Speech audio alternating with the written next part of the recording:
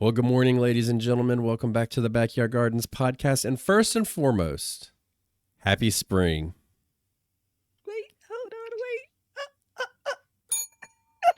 on, wait. Happy spring, y'all. So, if you're watching YouTube with us, then you know that we now have the bell on the conveyor system. So, it will be in the shot when it gets hit, hopefully. Yeah, he just overcommitted us just in that I moment. did. I did. I put the pressure on you, right? hmm So, this is a this is a good episode. We've had a lot of back and forth about this, which way to go, and I know that I struggle personally with getting the things out of my harvest to look absolutely perfect. Do you get absolutely perfect out of your garden? Um, 50-50, maybe 50% of the time. Yeah. And the other 50%, it's kind of like, Like, what are we doing here, that's right? fine. Yeah. Yeah. How long have you been doing this? Yeah, and some are easier than others to get. So Yeah. we're gonna go over how to get that perfect harvest. And remember when we did our goals episode, I was short one. Well, here's my goal. hmm So I Ah, want to okay. try. I want to try and get some better looking harvests. I mean, Hmm. Well, So you know what? There's definitely something to be said about the way things look and how appealing they are, which drives us to eat them, right? So if you're starting with what you're pulling out of the garden and how appealing it looks, the next step is to get into your kitchen and then what type of dish you're making. I've consumed some all out slop before, oh and, yeah, and I've never been excited about it. And so, yeah, I have so, yeah, too. Yeah, and we'll get into. We've got 4 different categories that we can all work on, I think, and really what it comes down to is being realistic. But Mhm. before we do, let's do this. Welcome to the Backyard Gardens podcast, everybody. I am your host Ben, and I am with my co-host Miss Batavia, and we are happy you're here. There's no bell. There's no bell for Miss Batavia. No, I'm joking. I'm joking. Don't shoot me. So if you'd like to support the show, you may do so. Please become a subscriber, a patron. You'll get an extra episode every month, and you'll help keep the show going longer. You can get some seeds from us. So we've got seeds across the board for you. You need to grow seeds, we got you covered. And also check out our Amazon list. All of our seed starting stuff is on there. Different tools and stuff we use in our gardens. It's all stuff that we use and we've tested. So please check all of that out and enjoy it. And know that you're supporting the Backyard Gardens podcast and keeping a wonderful thing going. Oh, wait, hold on, wait. And also share this episode with somebody on your social media, please. So it's available on YouTube and all that stuff. Okay, so another thing before we get started, real quick. Somebody we've talked about a lot on the show has passed away. So my granny, she was 96, and she's in a much better place now, but she passed away. So I just want to give her a little bit of respect that way. And just to kind of put a bow on it for her and for the listeners too to understand the importance is she has shaped the way I look at gardening because in her generation, way back when, they survived off of their gardens. If I mean, she's told me if they didn't grow food, they didn't eat. But not only did they do that, but they did it without a hose. They did it without a sprinkler. They did it all like 100% self sufficient. Without weather No forecasts, right? forecast, nothing. I mean, they just did it. So, big shout out to her and the gardening community. We lost a true gardener because the day she died, she had her cherry tomatoes growing in her house. So, may she rest in peace. But now to get into the better joy of it, happy spring. So it is now spring. Everybody's excited.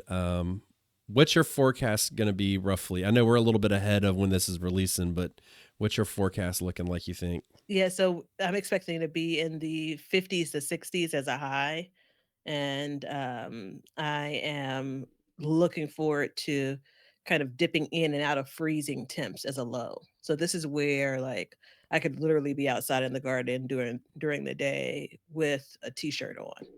And that's something for me because I run cold, as you can even see from what I have on now if you're watching the video. Yeah. I generally work and move in layers, but that's give me a sunny day, it changes everything.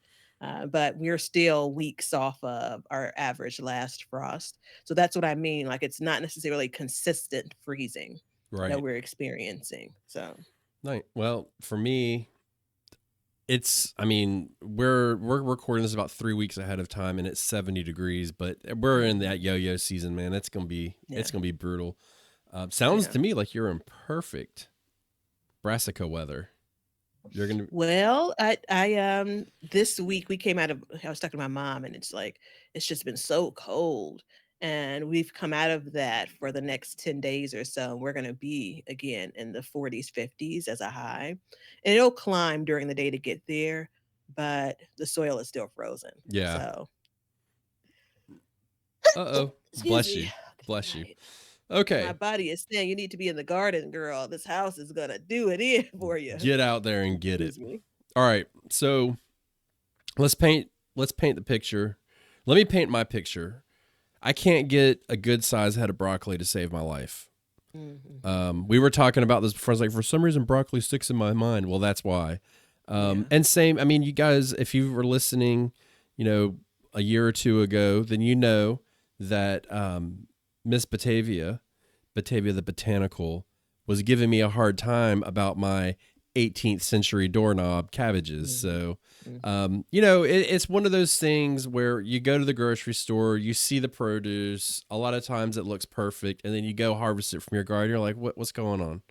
Yeah. So we need to It's like rectify the that. things that are in my garden, I feel like those are the things they throw back. Yeah. Like they Those are the yeah, seconds you like get at, the stuff you're like, hey, y'all got anything good? Y'all got anything you didn't uh-huh, want to uh-huh. sell cheap? And they're like, oh yeah, come look under the table.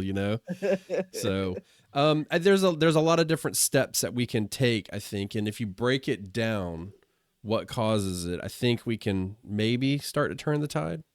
Mhm, So we'll mhm. see. We'd like to know if you guys have any issues like that, especially if you're on YouTube. Leave us a comment telling us how what your harvest looks like. Typically, is it perfect? Is it not? Let us know, because it's an interesting one. So tell me, from the 18th century doorknob cabbage, going back to what you're now harvesting as cabbage, do you see a difference in the size? Um, so we have four categories, and this really needs to be like 4.1. If this is like a sub bullet, but it's a complicated answer, and it's something that I hate saying because gardening should be really easy, but really if you start to break it down, it can get pretty complicated, technical. And so my answer to that question is, depending on the time of year that the cabbage was Mm. planted. I actually felt that. I was trying to remember the time of You year the felt it coming doorknobs in your were. bones. Well, It yeah, was I right felt like now. because okay, yeah, because the harvesting that I'm thinking about you're doing is a little bit later in the season. Yeah. So this is when So, I would be harvesting my fall la cabbages yeah, last year's when we're planting. recording this. Yeah, So we're recording this. It's the last week of February. February. So this is when I would be Okay. harvesting those, and then my regular cabbage I would not be harvesting till later. Okay, yeah, your spring planted or late winter planted cabbage harvested in the spring is where they get more sizable. Right. Yeah. Okay. So and there's a lot of factors to that. So as we're talking, I'm like, oh boy, that's 4.2. Yeah, yeah. Well, you know what though? It's a good note because that's not everyone's experience where well, most people can plant a fall planting of like these cool weather crops as well as a spring planting, right? But the harvest time varies. So if I plant something for the fall, I'm harvesting it in the fall, maybe like winter at the latest, early winter. So that time frame looks more like November, December. They're coming out of my garden. Whereas for a cabbage, you're in February harvesting heads of cabbage, January harvesting heads of cabbage, and we know that the daylight hours differ. Maybe your temps maybe are more in line with mine on my kind of fall timeline. your temps now look probably more like mine do in November, December, Right. but the number of daylight hours differ, Well, right? I think the big thing, yeah, the amount of daylight hours differ, but also the growing temperature is part that factors into it. Mhm, So, just because you can grow in these temperatures doesn't mean it's going to be optimal for them to grow. mhm, And mhm. that's a really important concept to understand too. You can grow a tomato in 40 degrees, but it's not optimal. Yeah, you yeah. know um you're gonna you have a higher chance of issues coming about. You have stunting, root rot, all that good stuff can occur, and it's the same with cabbages and all that. So bless you.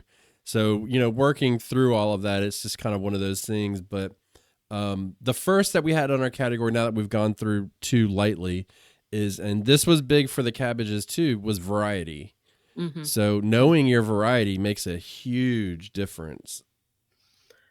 And excuse me, I can remember going to a little place if you're on the southeast side of Chicago.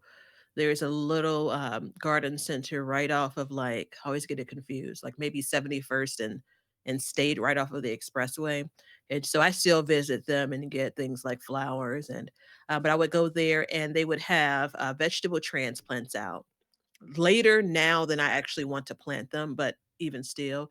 And I would look at like they'd have one group of cabbage that maybe was like marked as like 90 days, and another group of cabbage starts that were marked at like 110 days or something like that to harvest.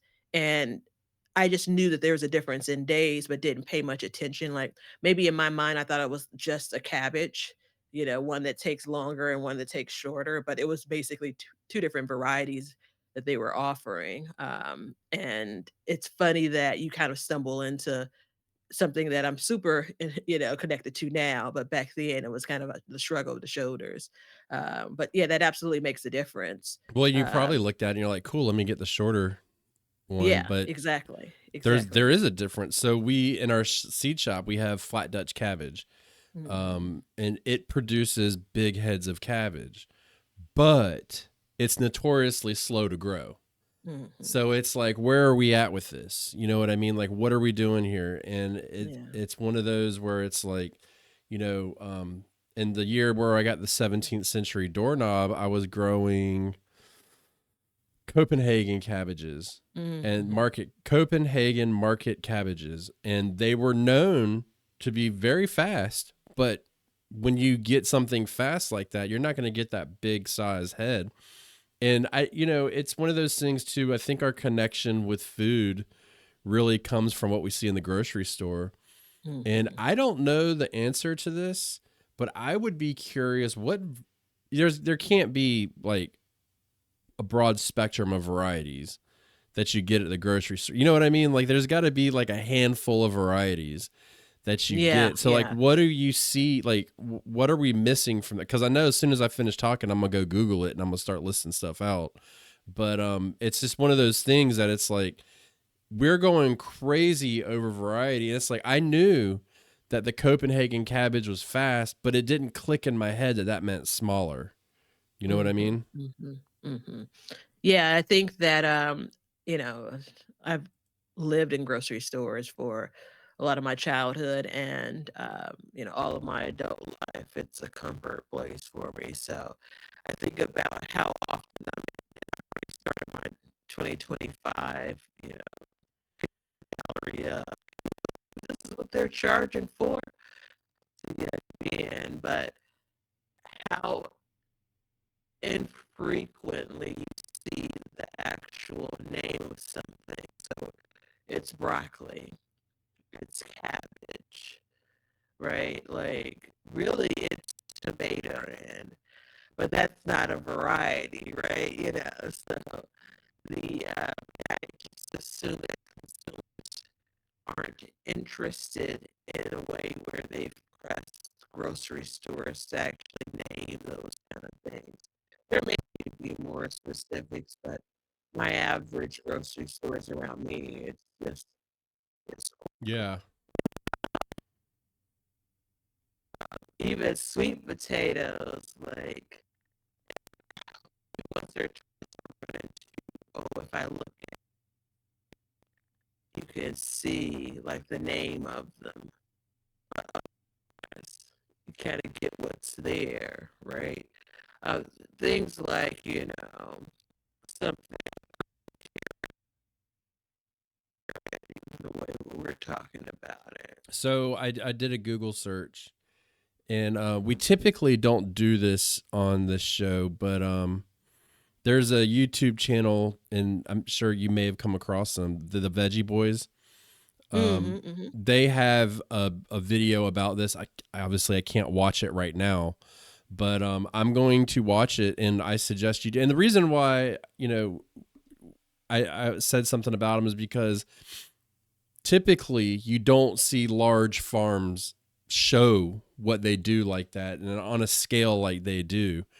So I think to check that out if you're interested, because I found lists, but it focused a lot on like market farms, market farms, market gardens, whatever you want to call them. But they are typically higher end produce. And, a lot of restaurants are now buying from them because they can get different varieties instead of your standard. But what Mm-hmm. I'm referring to is like you go to whatever grocery store and you buy a head of cabbage, like what variety of cabbage is that you get that Yeah. 2-3 pound head of cabbage. Mm-hmm. So I'll watch that after this and see. But it's very interesting because as I Googled it, I found, and I started reading the varieties, and what I noticed was a lot of them are your more gourmet Mm-hmm. vegetables. If you're watching YouTube, you would have seen the air quotes about gourmet. But it's one of those things, and the only reason why it's gourmet is because it's different, right? So, and Yeah. which I guess makes me feel better because that means we're all growing gourmet food in our gardens. I mean, let's be Yeah. straight. Well, it's interesting because you'll hear sometimes people will say, well, when should I harvest the zucchini? And a pretty easy answer without having any details about the specific variety they're growing, how long it's been growing. We may say, compare it to the size that you see in the grocery store. I think that the head of cabbage that's in my local grocery store that's 5 blocks away looks different than the that's at, the discount. And to the point earlier, we're talking about, Ben's cabbage.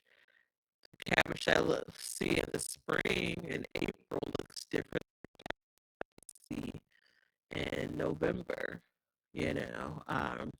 And that's only because I don't buy cabbage really at all, unless it's like maybe a red cabbage during an off season. But um, I don't buy it enough to Right. taste the Yeah, I difference don't know. in I mean, that I as don't have well. I mean, truth be told, this is kind of weird to say out loud, but because we've been growing our own food for so long, we haven't really Mhm. I'm not comparing, to the grocery store and stuff like that. But I know like if we do pick up a cabbage, like I mean, I'm gonna be honest, it doesn't taste any different really. I mean, I Mhm. can't notice a difference. Can you? I mean, I know tomatoes are, there are definitely some things that are totally different. But, Yeah. some crops I don't taste like lettuce. The only thing I can tell is that it's more fresh when you grow it. You know Mhm. what I mean? That's what I can tell. So, but variety does matter. So if you're going to get something that is a smaller variety or a faster growing variety, don't expect to get that huge harvest off of it. That's the moral of the story for this one. Be realistic about what you're going to get and accept it.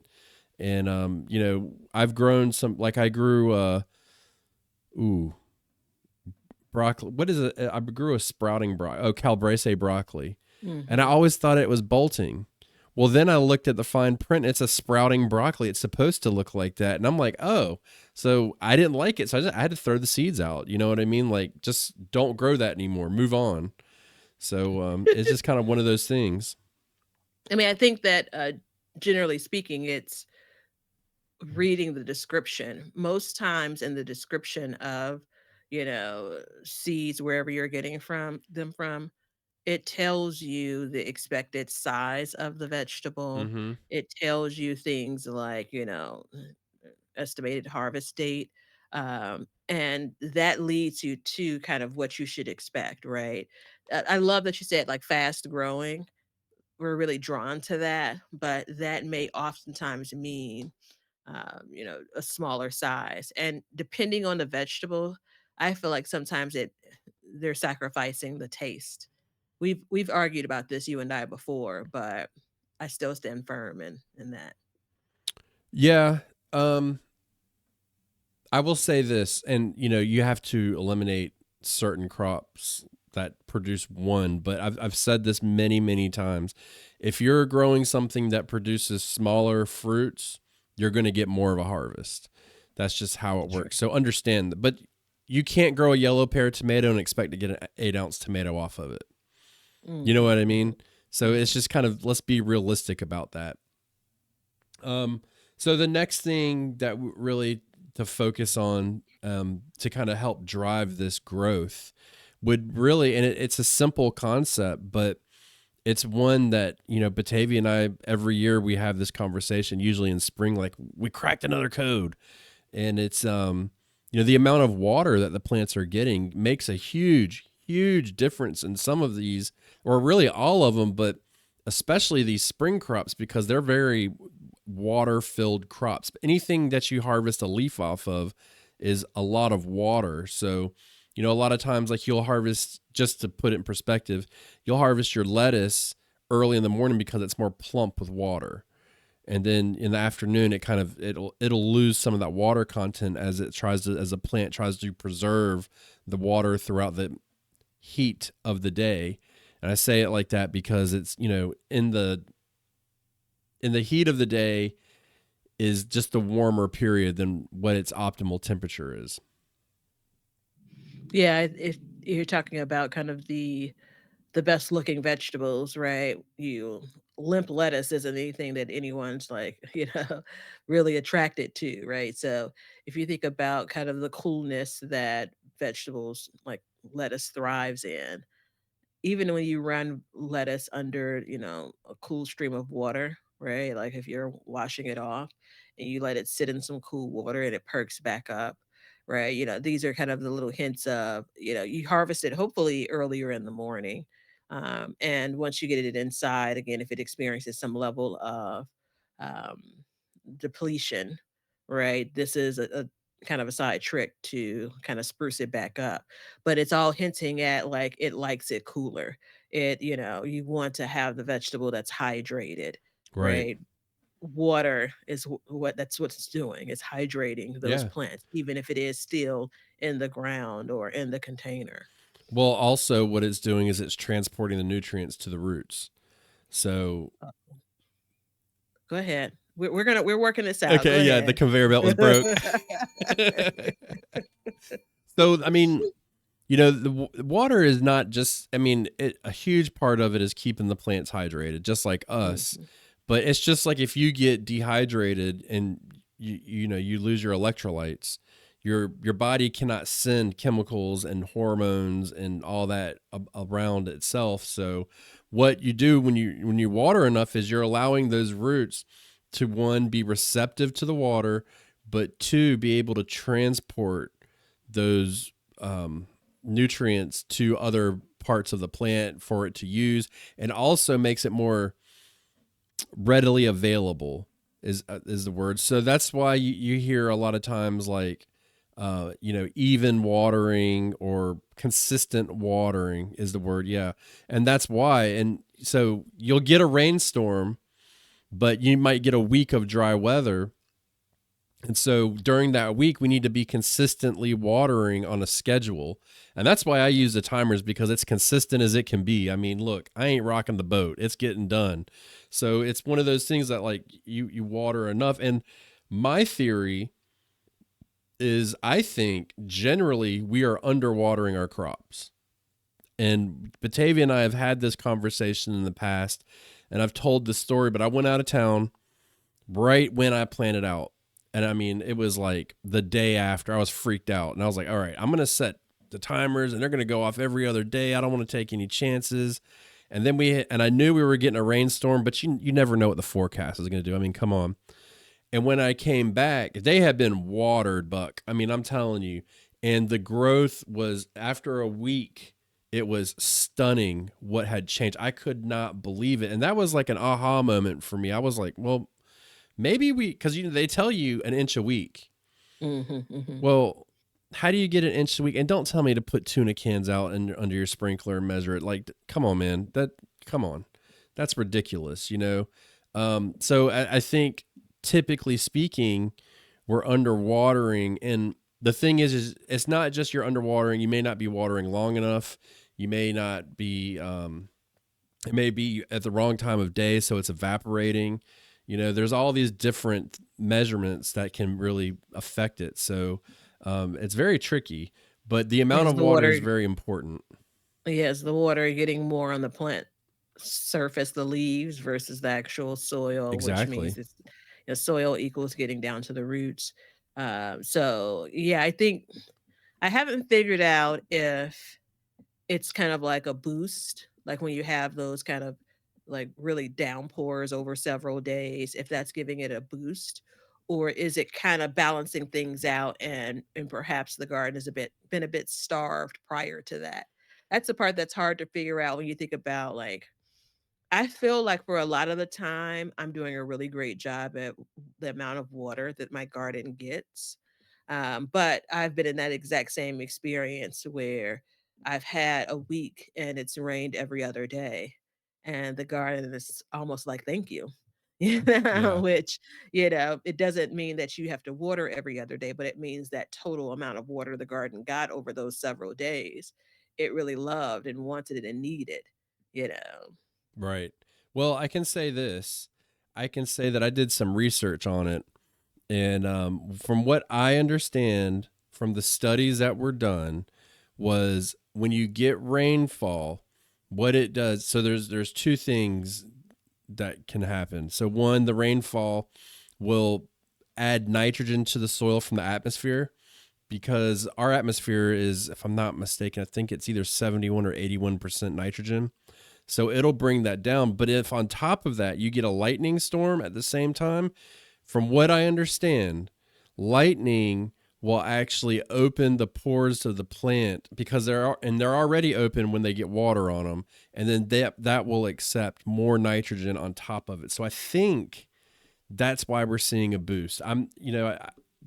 Look, I don't know how accurate that is, but that's what I've been told or I've read, and there's been studies about it. And we're getting into the time of year where those things will start popping up in my news feeds more, so I'm gonna be reading Yeah. about it. But it makes sense, because I can water all the day, but as soon as we get a rainstorm, it's like there's just something about it that's different. Maybe it's the acid rain. Remember when we were kids and everybody's like, "Don't go out in the rain. It's acid rain." My skin's still here, It's so yeah. Well, I was aware of, the difference between rainwater, when it comes to nitrogen and just water coming out of your hose or, so I was aware of that, but I've never heard about the thunderstorm, the lightning. yeah. So that's interesting. Yeah, it is. Mm. I mean, that shows how intricate all this stuff is. Mhm, mhm. If you ever didn't think that something was designed by a higher power, just start looking at all this stuff and you'd be kind of surprised. Yeah. So, but yeah, so water is very important. And the list is actually growing as we speak, so we're going to keep moving, but so let's skip what we had designed first and then kind of shout out the last episode or two ago, I can't remember now, and talk Mhm. about the how much room the plant has, because we talked Yeah. about those roots, but the spacing has so much to do with it as well. You know, I don't know if it's just we're fresh off of that episode. I'm pretty sure that was last week's episode. If you're listening to these in order, thank you. But I feel like that may be our number one like misstep, like the collective. It is You mean again, if you gardeners think, in general? yeah, and Yeah. gardeners in general. If you think about, and I'm not saying every gardener, obviously, but when you think about looking at what's in the grocery store, how stripped down all of that is, right? You're not looking at a tomato plant inside of the grocery store. You're not picking tomatoes off of a plant that they've rolled in. Like that's not how that works, right? So you could be someone that buys tomatoes all of the time. You can buy them from the farmer's market. But if you don't have the connection to what different tomato plants look like when they grow, it's a recipe for you not giving it enough space. And everything from root ball space, so how much space they have to grow under the soil, tomato plants, cabbage, broccoli, all of these things, right? To how much the plant has above the soil and how kind of wide of a space they have to grow absolutely dictates the size of some of the things that you're going to harvest from that plant. So, I say when I say that, I think, this is one of our number one missteps. I see so many pictures online of a vegetable that I've grown before. Maybe not that variety, but a vegetable that I've grown before, and they look piddly widdly, and I Yeah. can see, the growing space that the gardener has given it. Being you. Yeah, yeah. Mhm. Poor thing. Mhm. Well, and I mean, if you think about it like this, let's think about it from a non-gardening manner. If you own 100 acres of land and you're Mhm. going to farm on it, you're going to know damn sure how many tomato plants you're going to put on that 100 acres, down to the amount, to the probably one tomato plant. You know, that it's figured out. It's not like you go out Mhm. there and you just start cutting rows and you're like, we'll just figure it out. Like Yeah. those guys know because that's their living. So Mhm. why are we not doing that? I Well, mean, you and I talked about this offline just a tinge, and it's the difference between like the survival, like, God rest your granny's soul. It's a difference between when she was coming up and growing and it's you grew or you didn't eat yeah, compared to, even for a lot of us that are supplementing their grocery store bills, it's not like you starve if you don't grow, 400 pounds of food. yeah. Right, you may eat less of some things, and because we have alternatives available to us, I think that, you know, I'm stopping short of it, but I'm gonna go ahead and say it, like, the drive is different, right? Mm-hmm. No, I agree. I agree with that, and it's something that gardeners as a whole struggle with. Not everybody. I mean, I don't really want to say that every time because I don't want to be, but as a generalization, a Mhm, lot of people struggle with it because you buy, well, you used to buy 6 tomato plants. Now you only buy mhm. one, but we used, up until recent years, you were buying 6 packs. And so it's like, okay, I'm going to get this 6 pack. I got to plant all six. Well, we probably should have been planting all three of them and moving the other three somewhere else completely different. But that's just kind of Mhm. how we were trained, or Yeah, yeah. you plant a garden bed and next thing you know, you're like, oh, it's sparsely planted. And then you're like, oh, crap. So, I mean, we've gone through all of that, but the importance of It's it is you got to have the space for the roots to collect the food and the nutrition and the water to go out. And we said it in the last episode, we'll say it here, and that includes weeds in all of this too. So weeding is a very important project. it's the classic mistake of us believing that more means more, right? So Yes. we look and say, all right, I have a six pack. And if I plant all six of those tomatoes, it just seems like easy math, right? Like I'll have more. And, maybe, pound for pound, yes.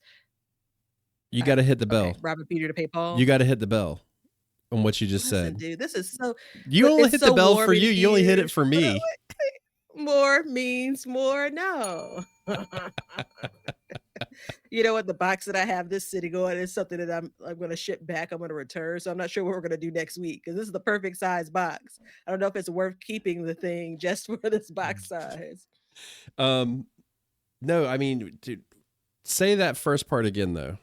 Yeah, I think it's the classic mistake of us feeling like more equals more. And that So doesn't more work in this that way. instance Yeah. is 6 tomato plants. You don't always like quantity over quality, like Yeah. it's that whole trip that we get into and you don't consider the space that you need to plant those 6, how, let's say we break it up into three plants and three plants.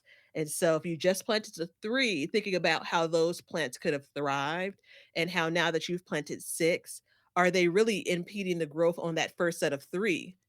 So have you made matters worse for yourself? Again, thinking that if I put all six in the garden space, I'll be better off. So I got a good example of this. Okay. Um, my stepdad, they started a garden, and so just to kind of paint a little bit of a picture, their garden gets sun from 7 in the morning to 7 at night. Hmm. So not an issue, right? So he made 4x8 beds. And then I went down there because usually I bring my mom's like, she's hard to get along with. Shocker. But she's like, hey, I want to get some plants. I'm like, okay, I'll bring you some plants. She's like, I want to buy them from you. I'm like, no, mom, don't buy them. She's like, I want to support you. So, we have this art every year. We have this argument. So she wants to buy some tomato plants. I bring her tomato plants. I go down. Well, he goes out 3 days before and goes and buys his own tomato plants, right? Plants the garden bed. I go out there and there's in a 4x8 bed, there's 9 tomato plants. Okay. And I told him, I said, you can't do that. And he goes, oh, it'll be all right. It'll be all right. I'm like, you got to take something out of there, man. I'm like, I'm begging you, please. Like you're breaking my heart. Like I just can't take it, my God. And so they didn't do it. They didn't change it. Well, all the way through the season. I go back down there. They're not getting any tomatoes, nothing. Yeah. And I mean, it's like, it's a jungle. And Yeah. and not only that, they have a lot of deer that come in their yard, so they put the netting up on the edge. So there was no room for the plants to then kind of sprawl out. So I went through and I got up early one morning and I went out there and I cut every other plant out of there. And I left them though. I just left them. Like I just snipped the bottom of it, right? And they died in place. Well, lo and behold, guess what happened a month later? They started getting tomatoes. Yeah. And I was like, see, you have to give it space.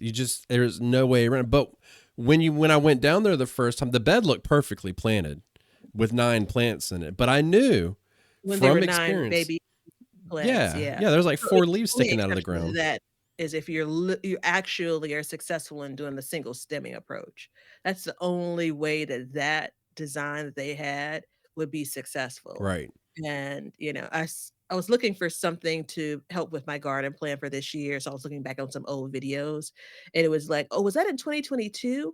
And there's my voice saying, "And this is it has a stake because I plan on single stemming this." And I'm like, "Oh, this wasn't the one I was looking for." And then in 2021's video, it's like, "Well, yeah, and I think this one's turned into double stemming." And it's like, I laughed at myself because I wasn't even conscious of it, I think year to year, that I had flopped at it so poorly, year to Yeah. year. And this is all around. I'm searching this out because this is all around how many tomato plants did I put into the cage baby. This is what I'm trying to track down because I haven't grown tomatoes, in earnest in that space in a while. Right. So it's, and I had the moment, and this was post the spacing episode that we recorded, that moment of, again, more doesn't always equal more. Plants into this 7-foot space. But I looked, and one year I had 2 plants, and I know I don't have to go back to look at any other footage. I know those plants were happier. Right. So on this, I know it's growth. it is. It's growth. Hold on, wait, Leonard. What are you Leonard's doing sleeping. over there? Hold on, wait, bro. So I want to say this because you're talking about single stemming. Just to make it very clear, if you're growing determinants, do not single stem them because Mhm. you will not get a good harvest. So please don't single stem determinant tomatoes. Now, I can tell you why, because I had what's called a semi-determinant, which is kind of a tomato where it'll go in between. It could go indeterminate, but it favors more determinate. It's kind of confusing, and I wanted to single stem it. Well, I got like 2 tomatoes. I didn't realize what it was. So after going back and understanding, I don't do that anymore. But yeah, if you're growing determinants, do not single stem them. It's just a recipe. And again, that kind of goes back to know your variety Yeah. and know your techniques, right? So for me, And for anybody in the South, you want to grow determinate tomatoes where Batavia and people up north can get away with growing indeterminates and very Mhm. well at that. So Mhm. it's just a struggle. Which it seems opposite, and so the Belle currently is a paid actor. I thought you were gonna say something profound. I had the feeling, but I I didn't was have a wrong. feeling. Yeah, So let's go ahead and move that along. But it seems it seems the opposite for warm weather crop like tomatoes. It's in the tomato plant, and it'll just keep on growing and producing and growing and producing, right? Whereas short calendar when it comes to these warm weather plants compared to young Ben. But the difference is our right, summers are much different. Like his summers hit a peak where some of those warm weather crops are miserable to the point of, you don't see them in people's gardens, or if they're not in there, they're not thriving. Where mine is pretty mild, all things considered. So when we have summer, it's going to be the same experience for these tomato plants, generally speaking. And so that determinate variety really has an opportunity to say it's a determined number of tomatoes it's going to produce. You can get in and get out more so. I also right. still grow determinate tomatoes, primarily because I was growing paste tomatoes, but I'm excited about the ace Dude, you're in gonna our like the seed Ace shop. Bush. Yeah, you're gonna like those. Yeah, I was looking back, I was, planning out, like, my tomatoes, and this may be the fewest number of tomato plants that I grow You'll this still have year. extras. Yeah, of course I will. But I was like, "Wait a minute, do I have a red slicer?" And I'm like, because in my mind, long and short of it, when I went back, because 'cause I'd already pulled out the tomato seeds for, my plantings, my seed starting, and I'm like, "Oh, yeah, he did grow this, and he did say it was a slicer. Okay, I'm Yeah. fine." Yeah, they Yeah, were so good. They were real good. I was very happy with those tomatoes. Okay, so we also have to factor in our harvest time. And mhm. we've got one more after this that's really important. So hang with us. But harvest time is really important too, especially like this time of year when you've got the cool season crops and stuff like that. You really want to make sure that you're getting all of them in and you're getting them in on time so that you can harvest them at peak season. So it's just kind of like with your broccoli. If you wait too long, what you're going to invariably see is you're going to see them start to separate. So what I typically do is if I'm growing them and I'm like, hey, they're not separating, but they're not at size yet, I let them go until I just start to see that separation and then I'll harvest them. Mhm. Or if they get to the size that I want before that, then I'll harvest them. But it's the same with cabbages. What else? Rutabagas, because a Mhm, rutabaga or a mhm. turnip you can harvest at any size. Yeah, So carrots, yeah, but Mhm, don't sleep on it. Like mhm. pay attention, and if it's too small but the weather is looking good, leave it. You know what I mean? Leave it and see what you can get. Well, let me jump in there. The weather is optimal versus looking good, right? Like I'm gonna say both. The weather is optimal. If you look at something like beets or carrots or, turnips, something that prefers to grow in the cooler weather, if it's continuing to grow and it's not the size that you believe is the optimal, there, Yeah, that thing ain't getting bigger. Like that's not what you're gonna do because it's spell, but the warmer part of the growing season. So, know that to be the truth there. yeah. So that's a real basic one, but just understand that like as time goes, they'll grow, but you want to catch them at peak. And the only way to really figure that out is to pay attention and Mhm. just watch it. And then the next one, what I told you we're going to go through that one quick. The next one is important, and that's fertilization. So I'm getting to the point where I hate talking about fertilizing because it gets so much flack. But then again, I'm like, I don't really care.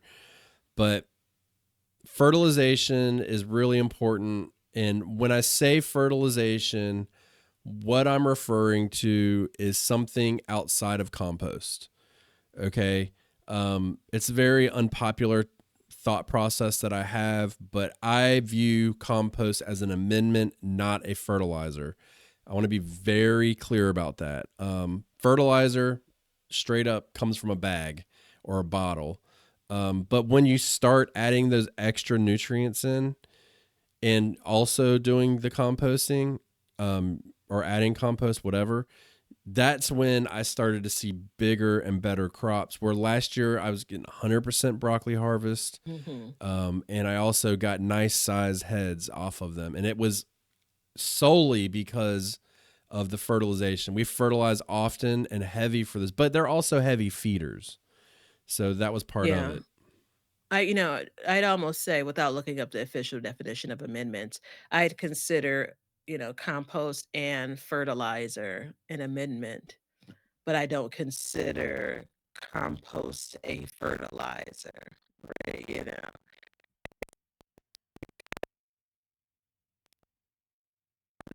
Do I really got a tray for a lot of years?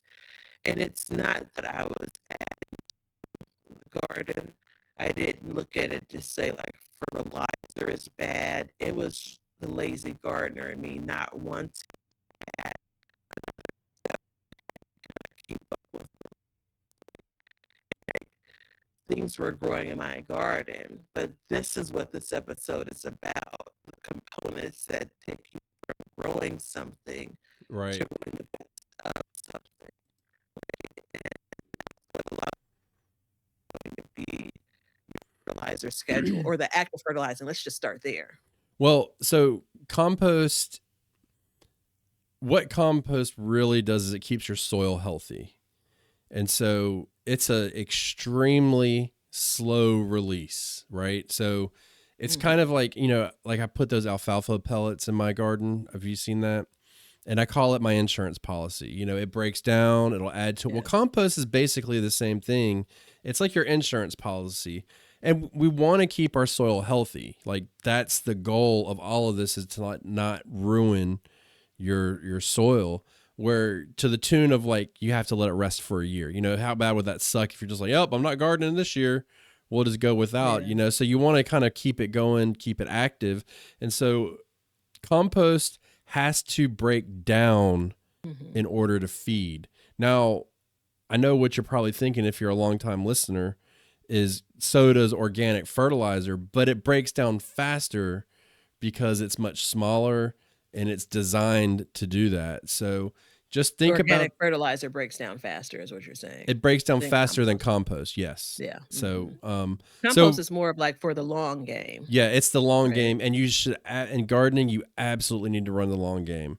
I mean, Hmm. 100%. You need to be adding compost, but you also need to be adding topsoil.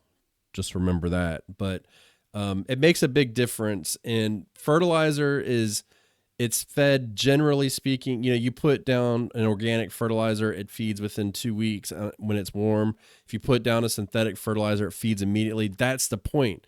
Because if you're putting compost in, let's say you plant your garden and you put your, I don't, your lettuce in. You put your lettuce in right now. Well, your lettuce is going to be done in like a month ish, right? Well, how much of that compost is actually going to break down within that month to feed that lettuce?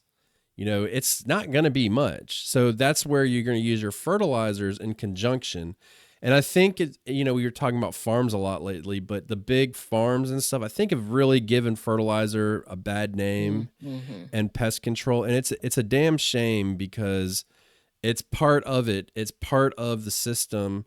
And it's not bad if you do it responsibly, right? Yeah. And just a note, fertilizer doesn't have to come in a bag. There are tons of people that make their own Yeah. fertilizer.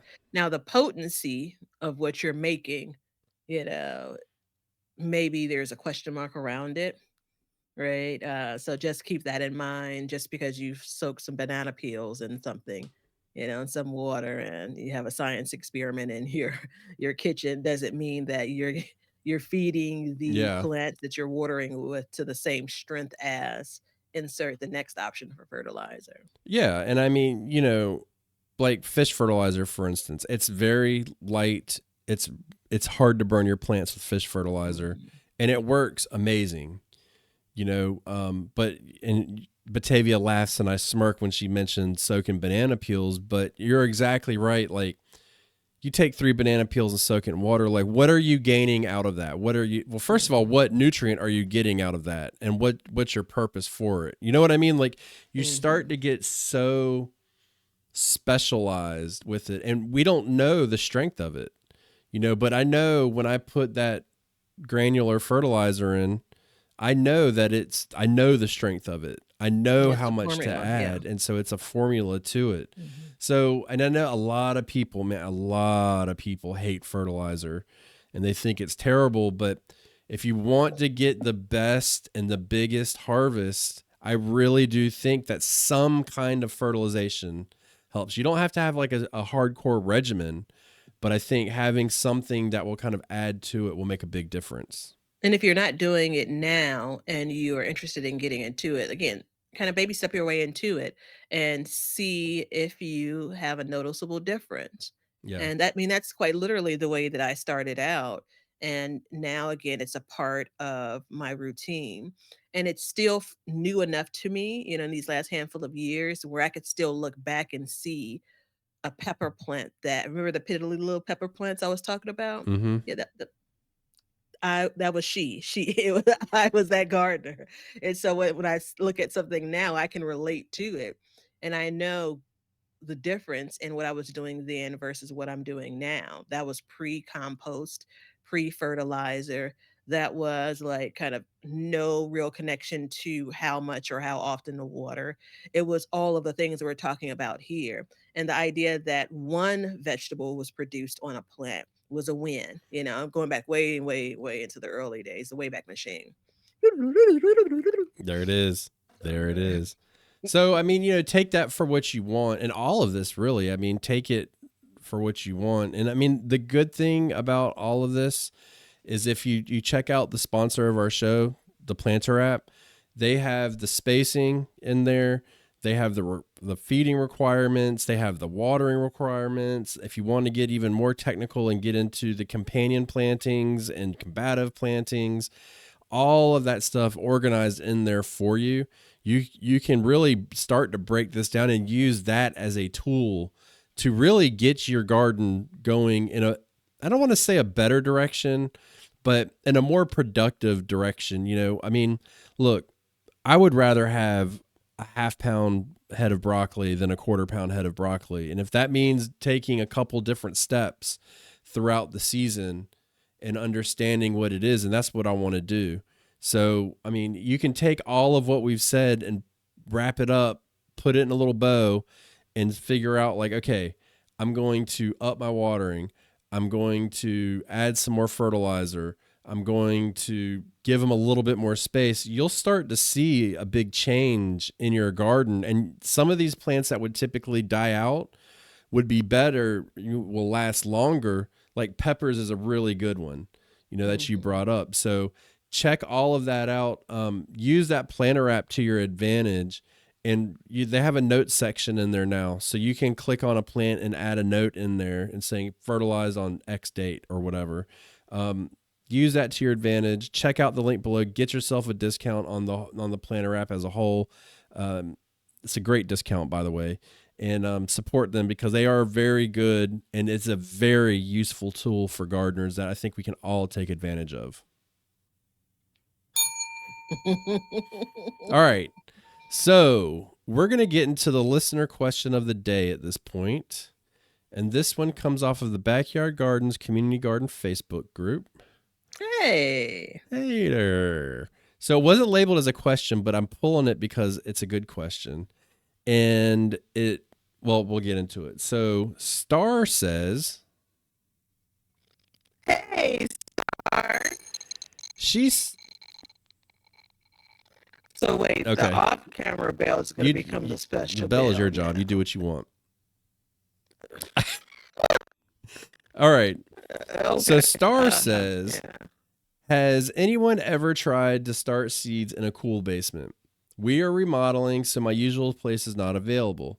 They live in a cold environment. Starting outside in January is not doable. She started a few seeds outside in plastic jugs in other years, but wants to start more heat sensitive plants. So the question in my mind really becomes starting seeds in a cool environment, inside. Yeah. Basements are, and you'll be starting to get warm, and basement can stay cool for a while, except for Mhm. Batavia's basement. It's like a sauna. Yeah, so I was like, I've seen this question. It was because I was on the Facebook page. So my first, I'm going to give just one bit of advice before answering this as a question, because I'm going to let Young Being kick this off.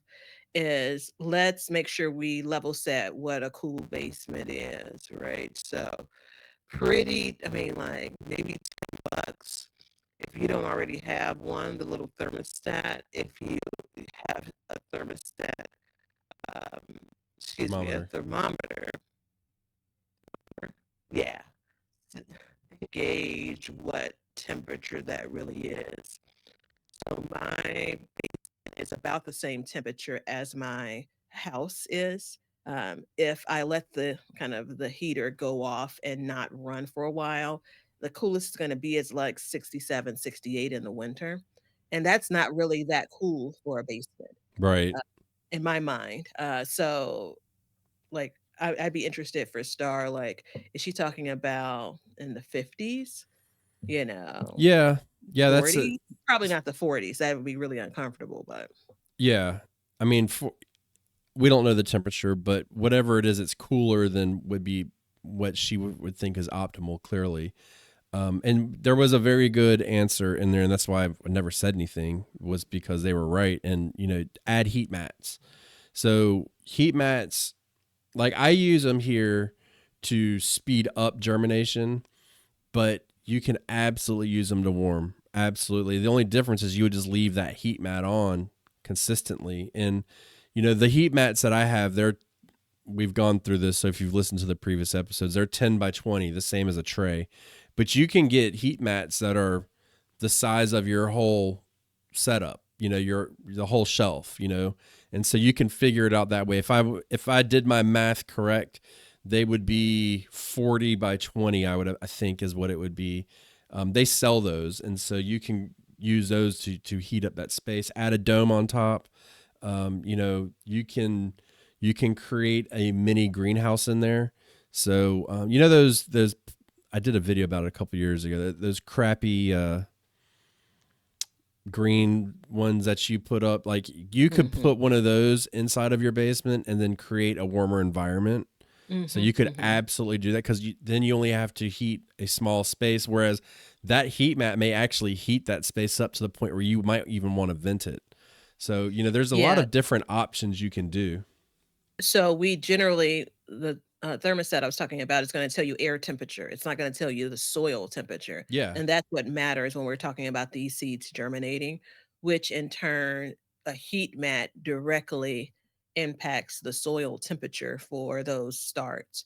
Now, I'd say that once things start to actually germinate, the temperature, unless again we're talking about something that's 40 degrees or lower in the basement, the temperature air temperature doesn't matter as much once those seeds have emerged from the soil. So kind of that's the balance that you have to kind of strike. Like, what do you need to do to get to the point of what you're starting has been sown, direct sown in the seed cells or whatever have you, and then they've emerged, right? So I, at one point in my life, I lived in when I lived in New England, I lived in an apartment as a duplex, and it Hmm. was a stupid design. It was, you had your whole Duplexes are hard, man. you had the whole upstairs was your, there's two levels per side. Well, the top you lived in, but the bottom was the exact same size and empty and Mm, cold. I mean, we had mm, it in, it was mm. 38 degrees down there. That was the temperature. Oh, wow. So I got the bright idea. I built a wooden box with one by ones, and then I took the window plastic that you put on your windows, and I put it all on the outside, and made a greenhouse. And I grew tropical plants in 38 degrees all winter in that. By all I did is I took a space heater with a thermostat, put it in there, put it on like the lowest setting, and I grew all winter, no problems in there. And I wasn't growing vegetables at the time, but I would absolutely, and I continued that process again. I think I did it for about 6 years in that same one. And I did end up growing vegetables in there at one point. And I had lights in there and everything. Like I rigged it out. I took my time and built it. And that little space, I had a thermometer in there. It was 70 degrees in there. And outside of it, it was 38 degrees. And I would sit down there. I would get like a big coat on and sit down there. And I would just listen. I would at night and I would see how often that heat would kick on. And it was not that often. It was actually pretty good. And I could have Mhm. made it better, but I eventually kind of stopped. But that is absolutely an option you can do because, again, I was only heating up, I think it was like a 4 by 2 foot box or something like that. Like I wasn't really heating up a big, huge space. So Mhm. it, it, Mhm. it did the trick. And so, I mean, and that was Yeah. a tropical plant that if it got below 40 degrees, it would die. Now, if the power went out, that would have been a different story, but Yeah. And and just then obviously safety first when it comes to kind of rigging something like that up as well for yeah. those listening. So what I did for safety is the across this bottom of it, I put wood so that the plants would be elevated, and then also the space heater would sit on top of that, so there would be no water. And another thing that you could even do on top of that, especially if you have lights in there, is you could just throw a blanket over it and then insulate it even more. So it makes a big difference. And so you can get creative and do all kinds of things like that. And the reason why I wanted to bring it up today is because this is the time of year where we're probably going to be starting our heat sensitive crops, like our squash, cucumbers, melons, okra, all this stuff that really doesn't like to get cold. So if you're like most people, you're probably running out of room on your seed starting shelf and you want to do more, well, this is an option for you. And it didn't cost me to do that whole thing. I think in today's prices, it probably would have cost me about $30 to make that. So, and it was ugly. I mean, ugly. I mean, I didn't know what I was doing back then. Hell, I still don't know what I'm doing, but I mean, I made a box and we Mhm. grew in it. So, Which reminds me, you keep on forgetting Batavia the Builder is emerging. It's that time of year. Just I so you didn't know. forget. I was just waiting Mm. until you started building. Okay. All right. Yeah. I got to change your name up, everyone. I'm just young Ben. That's me, but you Yeah. have Well, I so mean, many it's enough names. though. Yeah. So, Star, you can, and I know she's probably doing it because this question was up a while ago, but if anybody can benefit from what she's doing, I hope you can because we all need to start more seeds. Don't buy those seed starters if you don't have to. Those are backups. Let's graduate, Mhm. people. Yeah, this is my year, man. No This is seed my year. starts? No, no. I Oh. mean, What do you mean is your year? I still have plenty of flowers that Are I you know climbing that I want to. Everest or what are we doing here? Yeah, no, no, no, no. It's the I'm looking over at the I have an experiment because you know I love a good garden experiment. Brassicas at this level in the house and in the basement where I start all of my other seeds. And interestingly enough, they were started on the same date and there's more growth up here in my office area compared to the basement, even at 67, 68, 69 degrees. So there's that. Interesting. We'll talk about, humidity and all of that once we get over the hump. So Yeah, we'll get there. All right. So, are you going to make a change for your garden this year to get that better harvest? I know I am. What about you, Batavia? of course I am. What's that? Watering, the variety, fertilizing, harvest time. Oh, the harvest time. That's gonna get me. Mm-hmm. That's gonna be the tricky one for me. Yeah. And as a favorite, everybody, I left out planting earlier just because. So, just remember I said that because on this show we do two things. Well, you guys should do like three things. You should support the show. So you can do that by becoming a subscriber. You can do that by becoming a patron. You can do that by buying something on Amazon. Sharing us on YouTube would be amazing on your social media. And also join the club, dude. I mean, whatever. So we do two things on this show. We learn to grow and we absolutely grow for change. And a big thank you to all of those that do all of those things. See ya.